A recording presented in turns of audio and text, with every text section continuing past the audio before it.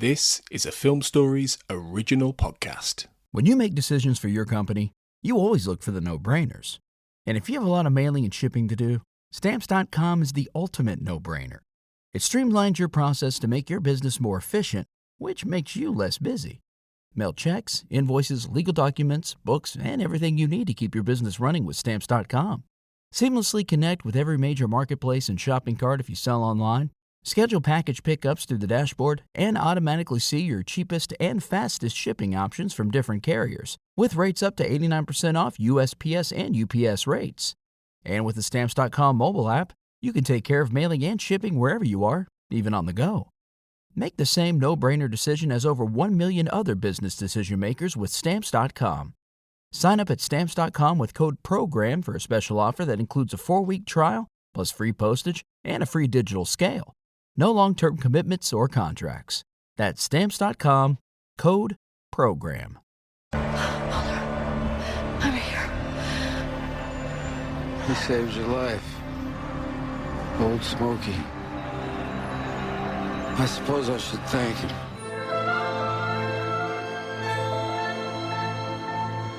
Welcome back, everybody, to the X-Cast. The truth is in here. I'm your host, Tony Black, and this is the final episode of our Season 10 coverage. And we're talking about My Struggle 2, the finale. This is episode 20 of our coverage, so it's been quite a ride. And I'm joined again for this final episode before we go back to our Season 1 programming by Tanya Hernandez. Hello again, Tony, and it has been a wonderful, wonderful ride. Thank you for bringing me along. It's been a pleasure. It's been an absolute pleasure. We're going to, in this final little episode, discuss thoughts about the season as a whole. You know, we've talked about this. We've talked about My Struggle 2 and My Struggle, but we haven't talked about the season as a whole. And I did that with Andrew Brooker over the last few episodes, which hopefully you've been listening to, everybody. But this is the one we're going to just overview the season. Before then, we got a little bit of listener feedback from first Zach Moore again from the Always Hold On to Smallville podcast. And he gave us, as well as his thoughts about My Struggle 2, which we said in the last episode, he gave us his Season 10 rankings. So, yeah, his was at number 1, Mulder and Scully Meet the Weir Monster. Number 2, My Struggle 1. Number 3, Founder's Mutation. Number 4, Home Again. Number 5, My Struggle 2. And number 6, Babylon. So, what are your Season 10 rankings, Tanya? That is pretty close. Although I would say I'll go with Were Monster 1 and then My Struggle 1 as number 2. I think the top 3 I think I would agree with it. So it's Were Monster, My Struggle, and then Founder's Mutation as the top 3. Fourth, I would say My Struggle too. And right. I will put that above Home Again. Only because I have issues with Home Again. I was very split on that episode. And then I'll put Babylon as the last of the season. Home Again, I think my problem with it is everything that had to do with Scully and her, with her mother and stuff like that. I thought that was fantastic. I think that is like some of the best stuff in the season in terms of like Scully and like who she, the things that she's dealing with. I thought that was fantastic. The Monster of the Week part of it, I think, was terrible. I honestly hated it. I did not like the monster. I didn't like this golem thing. The only cool thing was like him ripping people apart. I thought that was pretty cool. Yeah. But I just didn't like that. I didn't like that case file. I thought it was kind of a throwaway, to be honest with you. I don't. I get the whole, the correlation she kind of puts in the end, like, we don't want to be treated like trash or whatever. Okay. But I really did not like the case file of that episode. But I did love the parts with Scully, with her mother, with, how her mother, tells Mulder about William and how she's struggling with, like, why did she say that? And then how she dealt with it, like, no, I need to work. Like, she's just like trying to just push it aside because that's Scully. That's how Scully operates when it just gets to be too much. She just tries to go back into her science, her cold calculating science, to just try to deal with things, and it still bothers her and stuff. Like, I just love the emotion that she went through in that episode, but the other half of what the episode is made up, I freaking hate it. Well, we talked, obviously, me and Andrew Brooker, about how we felt that we were in agreement, really, that we felt that Home Again was 2 episodes wedged into one. Really, 2 potentially good episodes. I mean, personally, I really like the Trash Man and that side of the story. I thought he was a really good monster, but it just didn't fit. It could have been, but yeah, I just didn't like it with what she was going through. Yeah. It just, I hated it. It didn't work in the context of that episode, which, a lot of people, I think, thought, My Home Again got mixed reactions, I think, in general. Yeah. And it was interesting how, of course, and we talked about this in previous episodes, how it was flipped around with Founder's Mutation as the 4th and 2nd episode. What did you make of Founder's Mutation as number 2? See, I liked it. And I think I mentioned it before when we were talking about My Struggle 1, is that even though that episode was considered one of the Monster of the Week episodes, it was a part of the mythology because it goes into, the experimentation that they're doing with the kids and, relating to what probably happened to Scully and, what maybe was going on with William and stuff like that. Like, it's still related to part of the mythology. So I thought, I really enjoyed that. And it was just a better, acting wise, I thought it was classic Mulder and Scully. Like, that episode had a perfect balance of Mulder and Scully and them on a case. You know what I mean? Yeah. And then, I think we mentioned that because that was shot later, David and Gillian had already been doing Mulder and Scully for a few weeks by then. So, they were already in the groove of it. Like, they were back to their normal groove in terms of handling the characters. So it just felt like a better episode, acted, written and performed. Like, everything just felt more classic. I think that's kind of why I really liked that episode. I think I definitely agree. I mean, if I was to put together a top 6, I think it would be, without question, We're Monster at number 1, because that was just an absolute joy from start to finish. Yeah. And he's the best solid X-File of all the 6. Yeah. Number 2, I think I would go with Founder's Mutation, because I agree with you. I think it's a solid X-File. I think it was well put together. I think it's Mulder and Scully right in the middle of what they do. There was some really nice character work in there. It ties into the mythology, but it's not intrusive. It's just a good story, well told. And I think at number 3, then I would probably go with My Struggle 1, because it was a good introduction, as we've talked about in depth. It was a good introduction. It reintroduces the mythology and the characters well. So I liked it for what it was. 4, I think I'd put My Struggle 2 now, because again, I think that's a good companion piece, and I'd put it pretty much on an even keel, really, with My Struggle 1. I think they just complement each other fairly well. 5, I would go with Home Again, because like I said, it's 2 episodes in one, 2 good episodes in one, but they don't work together, and it's a shame, because Home Again, I think Glenn Morgan did the best directing job in that, and I said this in the episodes. It looks gorgeous. It's probably the most beautifully shot episode of the entire season, but it doesn't work as terms of a story. And then finally, Babylon, which should be not just forgotten, but all copies of burned and never spoken of again. I read your review of it. Yes, I wasn't laughing kind. while I was reading it, because I was just envisioning you saying the words out loud, and I'm like, wow, you really didn't like that episode. I sat there thinking, and I said this on the podcast, you have 6 episodes. Why on earth would you do this? I mean, it was baffling. I mean, really, really baffling. Chris Carter's been indulgent before, but I don't think he's ever been this indulgent. What did you make of Babylon, Tanya? I didn't hate it. I think I hated Home Again more than this episode. Right. I just felt, I guess, similar to what you were saying about Home Again, like it's 2 separate episodes in one.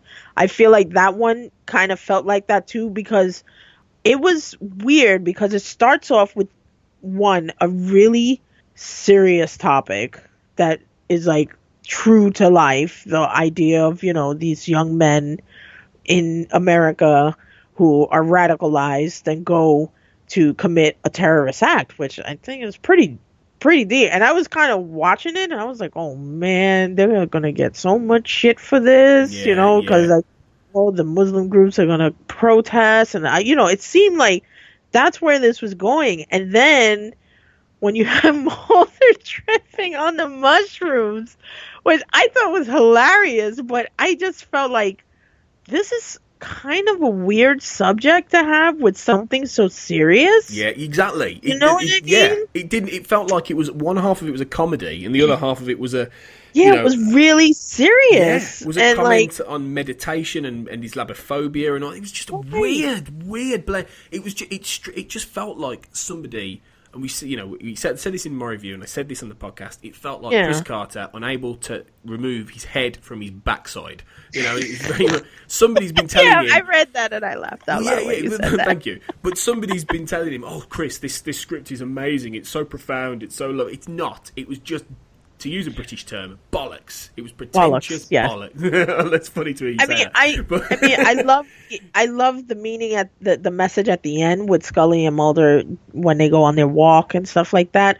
And it like you mentioned, it's a bit heavy-handed, but it was just a really weird combination that I didn't hate it, but I don't think it worked as well. I don't know if they should have used the message of, the radicalization of people who, of a certain group in terms of how are we going to communicate with each other. Like, I don't know. It just was really weird.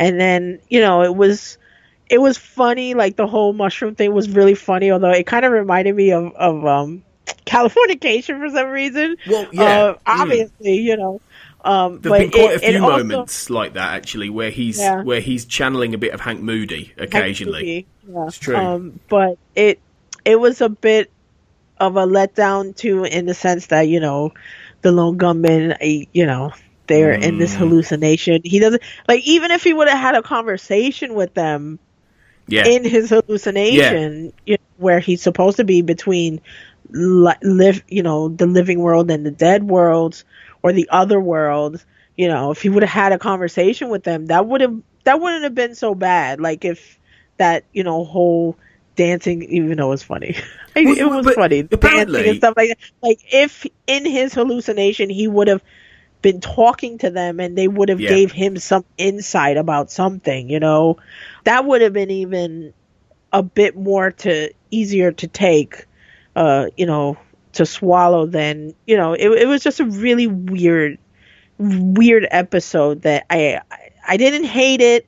I didn't completely love it, but it was just unfortunate. Apparently, they flew in one of the lone gunmen. I don't know if it was Dean Hagland, Bruce Harwood, or Tom Braywood, but they flew one of them in from Australia to do that. Wow. That really wasn't worth the trip. They probably spent more time on the plane than they did filming that. It's just anyway. But I think the interesting thing about this miniseries is that. Hey guys, time to get in on the action for the biggest moments in basketball with Prize Picks, America's #1 fantasy sports app. Just select 2 or more players, pick more or less on their projections, place your entry, and win up to 100 times your money. Right now, Prize Picks will match your first deposit of up to $100. Just download the Prize Picks app and use the code GET100. That's code GET100 on Prize Picks for a first deposit match of up to $100. Prize Picks. Pick more. Pick less. It's that easy. I think as a whole, it's going to be interesting to have some distance from it and look back at it, because I think there will be a very mixed reaction in the long run, because as a whole, it has felt very like the old show. But at the same time, because it's so condensed and because it's been so rushed in many respects, it's felt like almost like a greatest hits compilation of the show we've had before at times. There have been points where You know, some of the in-jokes have been very on the nose. It's been like, I mean, you know, Home Again is a perfect example of a truncated idea, you know, of somebody who came in with a really strong potential monster story, a really strong Scully character story, and they didn't have enough episodes to do both separately, and they went, okay, we'll put them together. And that's the point. I think that people will look back and go, apart from 1 or 2 episodes, We're Monster being a notable exception, which is why it's great, because it's its own thing. Every other episode had other little jumbled bits that were being squeezed in, whether it's having characters like Miller and Einstein introduced in Babylon, or it's you know, the mythology creeping into and William into Founder's Mutation, into stories that otherwise might have been fairly self-contained and actually been better pieces of drama. You've had that going on, and I think much as there's been some great stuff and there's been some great lines and scenes, and you know, it's been a joy. It's genuinely been a joy to see them back. It's been a flawed 6 episodes, I think, in overall, and I think people will look back and go, a lot of this isn't as good as the old days. But as I said in one of the other podcasts, I'd rather have average to good X-Files than no X-Files at all. Than no X-Files at all. Absolutely, I agree. It was not perfect. You know, I can honestly say that as an X-Filer, it was not perfect. But it wasn't 8. It wasn't season 8 or 9. Thank God. Season. I like season 8, and we'll get to that one day on these. Right, I remember we. But in terms of overall, definitely. Usually 8 or 9 are the ones that every X-Filer, for the most part, does not appreciate. Like they don't count those as their favorite seasons. No, absolutely. Yeah. Those are definitely on the lower end of the scale. I'm going to re-educate people about season 8 in a few years.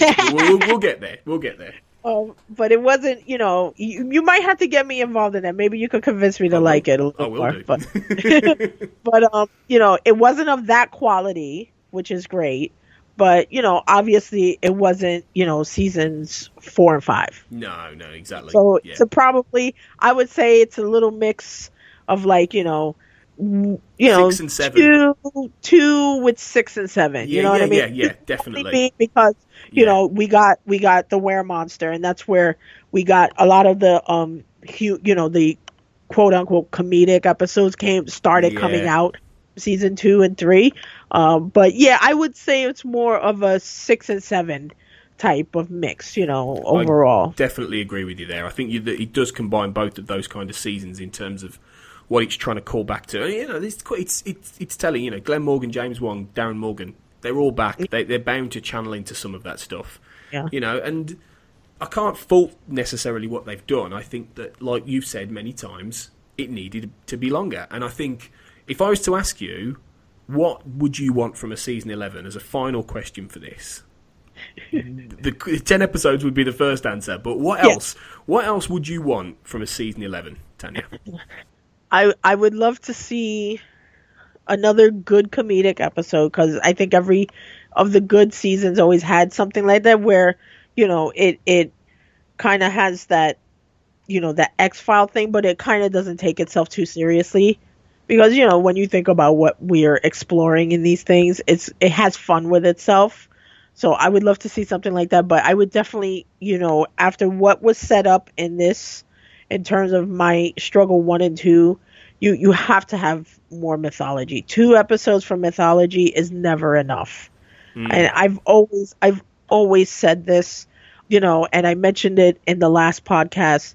The last movie was the plot of it was meant to be an hour-long episode, but it was forced into 2 hours. Whereas the last episode of this season was meant to be a 2-hour movie. So I want to see those things done properly. I want to see a proper mythology properly spread out in the next season. Yeah. Because, you know, as much as I love Monster of the Week episodes, the thing that got me was the mythology. You know, that's what kept me coming back, you know, following this great, you know, scheme, this, you know, this huge foreboding thing. Like, that's what keeps you going. I mean, that's what the whole point of the X-Files was. That's the whole point of Mulder being where he was, you know, and that's what keeps Scully going, because she's become a part of it. So you have to give me more than 2 mythology episodes. That's for one. Darren Morgan, and if you can bring them back, that's great. I would love to see those writers back, but you know what? I would love to see new writers or writers that are from. So, like, Chris mentioned several times in interviews that he wants to harken back to what the X-Files is, but he wanted to put a new, fresh spin on it, which is great. But he used the same writers that he used to do, which is good too.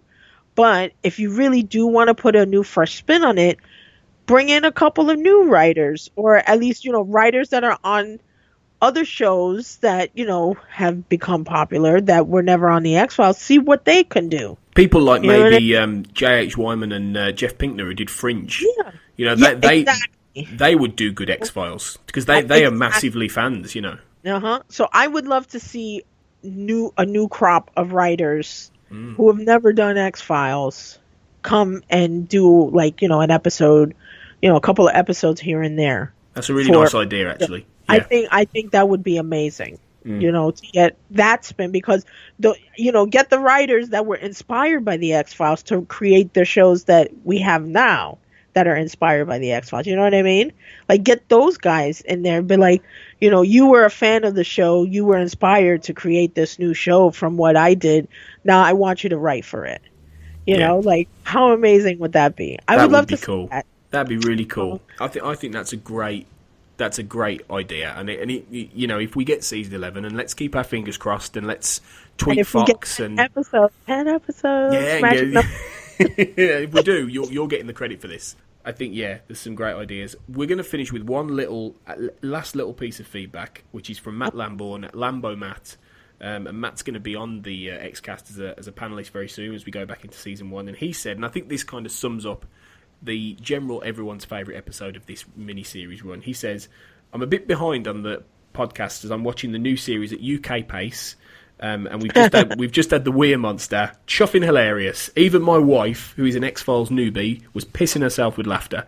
Really was a great episode for newcomers. So that's really nice that, because us Brits are like 3 weeks behind on our X-Files. Oh, really? Oh, yeah. They've only just, well, I watch it through other means. But acquired a means. Yes, I've acquired a means. But yeah, they've just had Mulder and Scully meet the Weir Monster last night, so they're a few episodes away. Love it. I did have to be careful. Don't talk to me at all. I don't want to talk to nobody. I know. I did have to be careful, but I succeeded, thankfully. But yeah, thanks to Matt for that last bit of feedback, and I'm glad your wife and you are enjoying that episode in the show. But this is just the end for the season 10 coverage, and we're too soon. It's fast. I was talking to my friends last night. I'm like, I can't believe it was just too fast. It was just too soon. I did enjoy it. I'm so happy that they brought it back, and it was great. But I think I enjoyed reliving the excitement again with other fans. I think that's what I enjoyed the most. Like, my friend who, I don't get to see her very often. Every Monday night we were like on Google Hangouts, and I would be in a hangout with my friend who has been my friend since college, and that's how we became friends. And then my other friend who I just introduced X-Files to, and they were talking, and it was just great. And then you're on Twitter and Facebook, and you're just talking to all the other fans and experiencing everything together. It just felt really awesome, just being like, it really felt like when we say the X-Files community, like it really felt like that. Like we were all in it together, and it felt like we were all sitting in a theater together, watching it together, and it's just been that I think I've been enjoying more than anything. And just, that we're talking about X-Files again, and, just doing a podcast. It's amazing. Like I'm just more into that more than anything, just feeling that nostalgia again, just getting that fandom going again, just feeling that again, just experiencing that. That's just been the best part of it. Yeah, it really has, and it's been really great to actually dissect the episodes so much, in this little mini 20 episode run of season 10 coverage. But we will long way down the road, do these episodes again. Like we do the normal episodes and pick through them, but that'll be a few years away, I imagine, given how long the Xcast is going to take. But we will look at these again with distant, fresh eyes, which will be really interesting. And it'll be even more interesting, Tanya, if you came back for that, actually, because then if we both, in a few years, came back and looked at these and went, we're on season 14 now. How does this look? Oh God! From your lips to God's ears only. Oh my God! Can you imagine? Oh, that would be amazing. That would be so amazing. But until then, huge thanks for coming on and sharing this part of this journey with us. Thank you again. Like I've mentioned a million times, I would have never thought that I would have been able to do something like this. I always listen to podcasts, but I'm just floored that I'm in one. So just thank you for the opportunity once again. It's an absolute pleasure. It's a real pleasure, and it's been great to talk about it. We'll be back with our season 1 coverage, which is kickstarting again. We're on to Shadows next, and that will be coming in just a couple of weeks' time. We've also got some more interviews lined up. We've had some really interesting interviews with some authors who've written some X-Files stuff. We've got more in the pipeline, and we're going to keep doing that, delivering those special episodes to you where we can. So look out for those. Obviously, remember, we're on iTunes. Please subscribe. Please give us a rating as well, and like us on there, because that gets more X-Files fans looking at this podcast, and that's only going to help us. So and obviously we're on Twitter and at the X_cast, on Facebook at the Xcast. Come and say hello. Come and tweet what you think. Put any X-Files stuff up on there. We're always keen for more people to get involved, and we're also part of the Black Hole Media Podcast Network, which you can find at blackholepodcast.com, and you can find lots of other nice, fun film and TV based podcasts there. So this is it. Thanks again, Tanya. Thank you, Tony. And for the last time for this season 10, remember, guys, trust no one.